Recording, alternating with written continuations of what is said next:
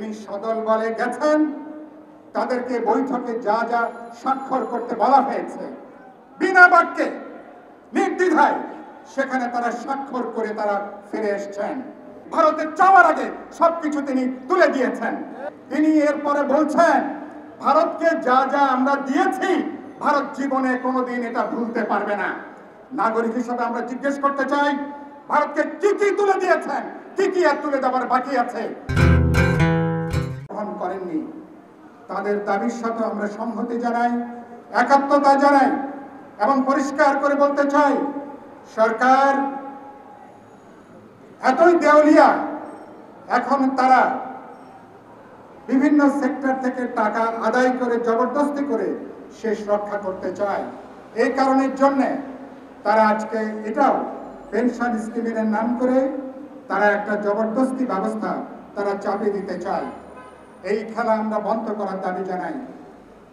যখন আমরা এখানে সমাবেশ করছি, আপনারা জানেন দেশের একটা বিশাল অংশ জুড়ে এখন অকাল বন্যার, এখন পানির নিচে। বৃহত্তর সিলেট বিশাল অঞ্চল পানির জুড়ে, উত্তরাঞ্চলে বিশাল অঞ্চল এখন বন্যার পানিতে থই থই করছে। তানিয়া রব এখানে উল্লেখ করেছেন, ওরা এই সময় ভারত 42টা যে স্লুইস গেট, সেই গেটের পানি তারা ছেড়ে দিয়েছে। যখন আমাদের পানি দরকার তখন তারা পানি প্রত্যাহার করে, যখন অতিরিক্ত বৃষ্টির পানি হয়, বাড়তি পানি, তখন তারা ছেড়ে দেয়। ছেড়ে দিয়ে আমাদের মানুষকে তারা ভাসিয়ে নিয়ে যায়। এই হচ্ছে সরকারের ভারত প্রীতির আরেকটা নমুনা। আপনারা সবাই জানেন, তিনি 22 তারিখে নরেন্দ্র মোদীর সাথে তিনি সমঝোতা স্মারকে স্বাক্ষর করেছেন। আমরা উদ্বিগ্ন ছিলাম। ওবায়দুল কাদের গত বছরে যখন বললেন যে তলে তলে সমঝোতা হয়ে গেছে, তখন আমরা উদ্বিগ্ন ছিলাম, এবার সমঝোতাটা কিভাবে হবে, এবার সমঝোতার আকার কি, ধরন কি, চরিত্র কি, আর কি কি ভারতকে তুলে দেওয়া বাকি আছে।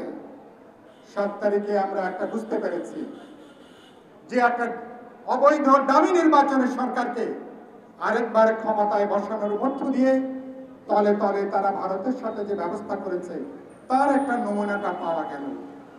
বাকি এবার প্রধানমন্ত্রী যখন দিল্লিতে গেলেন, এবার বোঝা গেছে কি কি দেওয়া বাকি ছিল, তলে তলে তারা কি করে এসছেন। এবার তলে তলে সেই বোঝাপড়ার সমঝোতার দালিলিক প্রমাণ তারা ঘটিয়েছেন 10টা সমঝোতা স্মারকের মধ্য দিয়ে। কথা খুবই পরিষ্কার, এটা কি দ্বিপাক্ষিক কোন সফর? রাষ্ট্রবিজ্ঞানীরা এটাকে এভাবে দেখেন না। প্রধানমন্ত্রীকে ডাকা হয়েছে, তিনি সদল বলে গেছেন, তাদেরকে বৈঠকে যা যা স্বাক্ষর করতে বলা হয়েছে বিনা বাক্যে নির্দ্বিধায় সেখানে তারা স্বাক্ষর করে তারা ফিরে এসেছেন। এটা কোনো দ্বিপাক্ষিক সম্পর্ক নয়। একটা স্বাধীন জাতি রাষ্ট্র কিভাবে আর একটা দেশের সাথে সম্পর্ক করে? সে তার স্বাধীনতা, সে তার সমতা, ন্যায্যতা, আন্তর্জাতিক বিধিবিধান এবং নিজের স্বার্থ বিবেচনা করে দর কষাকষি করে, ডিপ্লোম্যাটিক বার্গেনিং করে, যে তুমি আমাকে কি দেবে এবং তার বিনিময়ে আমি তোমাকে কি কি দিতে পারি। বাংলাদেশের দিক থেকে আপনারা লক্ষ্য করবেন, এবার বাংলাদেশের সবচেয়ে বড় যে সংকট পানির বিষয়টা, প্রধানমন্ত্রী হাসিনা এটা শীর্ষ বৈঠকে কোনো আলোচনা পর্যন্ত হয় নাই। আপনারা দেখছেন তো, এটা কোনো আলোচনা পর্যন্ত হয় নাই। এবং বাস্তবে পানির বিষয়টা প্রকারান্তরে বাংলাদেশকে এখন তারা ভুলিয়ে দিয়েছে। বাচ্চাকে যেভাবে বুঝ দিতে হয়, বাচ্চাকে বুঝ দেবার মতন করে চীনা প্রস্তাবের বিপরীতে তিস্তা পানি ব্যবস্থাপনার নাম করে ভারত এখন নিজেরা তিস্তা ব্যবস্থাপনায় নিজেরা এখন যুক্ত হতে চায়। তার মানে সমস্যাটা পানির নয়, পানির কোনো বিষয় আর সরকার এজেন্ডার মধ্যে নাই। আমি আজকের সমাবেশ থেকে পরিষ্কার করে দেশবাসীর উদ্দেশ্যে বলতে চাই, এই সরকার যে নতজানু নীতি নিয়েছে, দাসানুক নীতি নিয়েছে, এই সরকারের পক্ষে আগামীতে 1 ফোঁটা পানীয়, 1 কিউসেক পানীয় ভারত থেকে এই সরকার চুক্তি করে আনতে পারবে না। এই হলো সরকারের নমুনা। তিনি বলছেন প্রধানমন্ত্রী সমঝোতা স্মারকের অসুবিধা কি? অসুবিধা প্রথম হলো পানির বিষয়টা পুরোপুরি আপনি ছেড়ে দিয়ে বসছেন। 2 নম্বর হলো সীমান্তে হত্যাকাণ্ড, এটা এবারকার শীর্ষ বৈঠকে কোনো আলোচনা পর্যন্ত হয়নি। 2 নম্বর অপরাধ এই সরকারের, এবং কোনো আলোচনা পর্যন্ত নাই। প্রধানমন্ত্রী ফিরে আসার 32 ঘন্টার মধ্যে উত্তরবঙ্গে বিএসএফ আবার বাংলাদেশি নাগরিককে আবার তারা হত্যা করেছে। গত রাতে দামুনহুদায় বিএসএফ আবার গুলি করেছে। এখন মুমূর্ষু অবস্থায় বাংলাদেশের মানুষ, সেই নাগরিক এখন কোন রকমে বাঁচবেন কিনা জানি না আমরা। সীমান্ত হত্যার কোনো বিষয়ে আলোচনা হয় নাই। আপনার 2 নম্বর অপরাধ। 3 নম্বর অপরাধ কি? আমাদের বাণিজ্যের বিশাল যে ভারসাম্যহীনতা। ভারত এখান থেকে $26 বিলিয়ন প্রতি বছর এখান থেকে তারা নাকি নিয়ে যায়, সেখান থেকে বাণিজ্য আকারে তারা বাণিজ্য করে। আমরা মাত্র $2 বিলিয়ন আমরা নাকি বাণিজ্য করি। এই হিসাবগুলো তলিয়ে দেখা দরকার। এই যে বিশাল যে ভারসাম্যহীনতা, এইসব নিয়ে কোনো আলাপ আলোচনা নাই। 4 নম্বর অপরাধ, আপনি ইতিমধ্যে আমার চট্টগ্রাম সমুদ্র বন্দর ভারতকে ব্যবহার করতে দিয়েছেন, পায়রা সমুদ্র বন্দর ব্যবহার করতে দিয়েছেন, মংলা সমুদ্র বন্দর এবার ব্যবহার করার ব্যাপারে নতুন করে আবার সমঝোতায় আসছেন। বাংলাদেশের লাভটা কি? এর আগে আপনি ট্রানজিট দিয়েছেন, করিডোর দিয়েছেন। সেখানে আমি পরিষ্কার জিজ্ঞেস করতে চাই, আপনি যে ট্রানজিট করিডোর দিয়েছেন, বাংলাদেশের লাভের জায়গাটা কি? আমার জাতীয় স্বার্থটা কি? কোনো কিছু বলতে পারবেন? সরকারে কোনো মন্ত্রী না, স্বয়ং প্রধানমন্ত্রী, আপনি কি বলতে পারবেন এ পর্যন্ত ট্রানজিট যে করিডোর দিয়েছেন তাতে বাংলাদেশ অর্থনৈতিকভাবে কিভাবে লাভবান হয়েছে, বাণিজ্যিকভাবে কিভাবে লাভবান হয়েছে, নিরাপত্তার দিক থেকে কিভাবে লাভবান হয়েছে?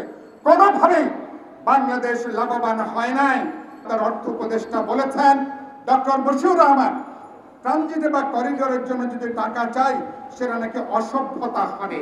এই হচ্ছে নমুনা। তার অর্থটা কি? এবং এই ফাঁকের মধ্যে আপনি আপনি রেলের করিডোর সুবিধা দিয়েছেন। কলকাতা থেকে আগরতলা পর্যন্ত 1700 কিলোমিটার। খেয়াল করেন, যদি বাংলাদেশের উত্তর দিয়ে চিকেন নেক দিয়ে যদি ওখানে যেতে হয় 1700 কিলোমিটার, যে কোনো পণ্য পরিবহন করতে গেলে, যে কোনো অন্যান্য বিষয় পরিবহন করতে গেলে, সমরাস্ত্র এমনকি যুদ্ধাস্ত্র পরিবহন করতে গেলে ভারতের প্রতি বছর কত বিলিয়ন ডলার তাদের খরচ করতে হয়। এখন আপনি ট্রানজিটের নামে আপনি যে করিডোর দিয়েছেন, বাংলাদেশের বুক চিরে যেভাবে কোনো বিনা শুল্কে, বিনা কোনো টাকার বিনিময় ছাড়া যেভাবে আপনি ব্যবহার করতে দিয়েছেন, মাত্র 350 কিলোমিটার লাগবে। কোথায় 1700 কিলোমিটার আর কোথায় 350 কিলোমিটার?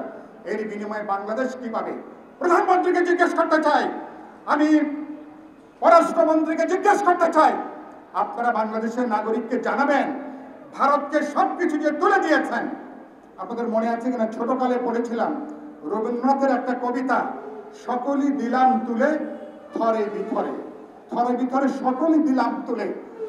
রবীন্দ্রনাথ বাংলাদেশের প্রধানমন্ত্রীকে লক্ষ্য করে এই কবিতা লিখেছেন কিনা জানি না, কিন্তু সবকিছুই তিনি ভারতের চাওয়ার আগে সবকিছু তিনি তুলে দিয়েছেন। সাক্ষ্য দিচ্ছেন প্রধানমন্ত্রী নিজে। তিনি এরপরে বলছেন, ভারতকে যা যা আমরা দিয়েছি ভারত জীবনে কোনোদিন এটা ভুলতে পারবে না। নাগরিক হিসেবে আমরা জিজ্ঞেস করতে চাই, ভারতকে কি কি তুলে দিয়েছেন, কি কি আর তুলে দেওয়ার বাকি আছে? আমি কি সত্য কথা বলছি? আমি একথা প্রধানমন্ত্রী বলেছেন। এই কথা, এই হচ্ছে নমুনা। আমার সামরিক বাহিনীর প্রশিক্ষণ, আধুনিকায়ন, সমরাস্ত্র কেনার সাথে নাকি ভারত এখন যুক্ত হবে। আমার জাতীয় নিরাপত্তা সার্বভৌমত্বের জন্য সবচেয়ে গুরুত্বপূর্ণ যে বিষয়, সামরিক বাহিনীর জাতীয় নিরাপত্তার ইস্যুতে পর্যন্ত ভারত এখন ঢুকে পড়ছে।